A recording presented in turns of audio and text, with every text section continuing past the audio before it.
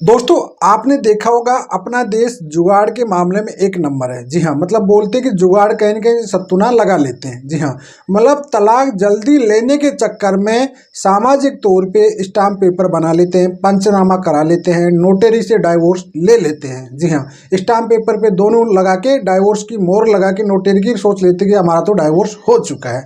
और इस माया जाल में बहुत सारे पति पत्नी फंस भी जाते हैं। मतलब वकील साहब ये जानते हुए कि भाई ये डाइवोर्स इनका कानूनी तौर पे मान्य नहीं है, फिर भी इस टाइप के डाइवोर्स करा देते हैं। जी हाँ, देखिए एक चीज़ मैं आपको क्लियरली बता देता हूँ। देखिए आप शादी अपने अनुसार कर सकते हो, अपने कल्चर के अनुसार कर सकते हो, कोई दिक्कत नहीं। मतलब रूढ़िवादी तरीके से जो भी आपका कल्चर है, अगर आप हिंदू हो तो हिंदू रीति रिवाज से जो भी आपका कल्चर है उस हिसाब से आप शादी कर सकते हो। चाहे वो मंदिर से करो, चाहे वो आप कैसे भी करो, जो भी आपकी परंपरा है उसके अनुसार आप शादी कर सकते हो। ठीक है, या फिर आप कोर्ट से प्रॉपर तरीके से लीगली वे में जाके रजिस्ट्रार ऑफिस में अपना दोनों का रजिस्ट्रेशन करना पड़ेगा, वहाँ पे एफिडेविट देना पड़ेगा, उसके साथ प्रोसेसिंग करके आप उसका कर सकते हो। ठीक है, दो तरीके से आप लीगली वे में शादी कर सकते हो। ठीक है, लेकिन आपको डाइवोर्स लेना है तो उसका मात्र एक ही तरीका है, कोर्ट। जी हाँ, मतलब अगर आप ST SC के भी हैं तो भी फिर भी आपको कोर्ट से डाइवोर्स तो लेना ही पड़ेगा। जी हाँ, कोर्ट तक तो आपको आना ही पड़ेगा। लेकिन कई बार लोग क्या करते हैं, गलती क्या कर देते हैं, मैक्सिमम ज़्यादातर लोग क्या करते हैं कि जल्दी से जल्दी दोनों को फ्री होना है। जी हाँ, पति हो चाहे वो पत्नी हो, इतनी जल्दी होती है उनको कि भाई इतनी जल्दी में म्यूचुअल डाइवोर्स भी ले सकते हैं, सहमति से तलाक भी ले सकते हैं। लेकिन थोड़ी सी लापरवाही उनको बहुत महंगी पड़ जाती है। मान लीजिए फॉर एग्जाम्पल पे कि साहब पति को दूसरी शादी करनी, फटाफट से रिश्ता मिल गया, पत्नी से डाइवोर्स लेना, स्टाम्प पेपर पर किया, साहब पंचनामा बिठाया, लेन देन जो भी पैसा दे दवा के फ्री हो गया। उधर वो दूसरी शादी कर भी लेता है और पहले वाली पत्नी उधर केस भी कर देती है, फंस जाता है साहब। फिर भाग के आता है वकील साहब के साथ, फोन करता है, अरे वकील साहब ये कैसे हो गया, हमारा तो तलाक हो गया था, देखिए हमारे पास की पेपर भी है, डाइवोर्स के सब कुछ है।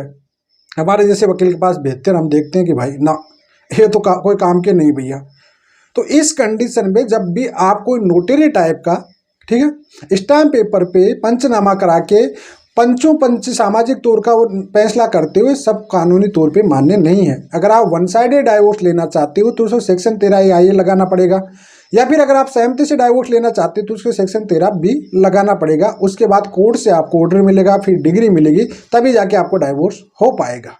देखिए जितने आप करते हो, जो नोटरी टाइप का ये सब कुछ करते हो, मतलब आप आधा अधूरा काम करके छोड़ देते हो। इससे अच्छा हो कि दोनों एक म्यूचुअल पिटिशन बनाए, लेन देन जो भी है उसमें लेना चाहिए, लिख लेना चाहिए, कोर्ट में लगा दीजिए, आपका कूलिंग पीरियड है उसको खत्म करा दीजिए, 1 महीने में आपका डाइवोर्स हो जाएगा, कोई दिक्कत नहीं, 2 तारीख में हो जाएगा। मतलब एक बार तो आप लोग पिटिशन दायर करने जाओगे, सेकंड मोशन पे आपका डाइवोर्स हो जाएगा, कोई दिक्कत है नहीं। वही आपकी सामाजिक तौर की परंपरा के अनुसार एक पिटिशन तैयार करा लो वकील साहब पे, तो इसमें कोई दिक्कत नहीं। लेकिन लोगों में इतनी जल्दी होती है, इतना ओवर कॉन्फिडेंस होता है कि साहब स्टाम्प पेपर पे तलाक करा देते हैं। अब इसमें से क्या होता है, एक पक्ष तो शादी कर भी लेता है, दूसरा पक्ष शादी नहीं कर पाता, तो वह दूसरा पक्ष को जब समझ आता है, और एक्चुअल में एक पक्ष को पता ही नहीं होता है, ये रियलिटी में बता रहा हूँ।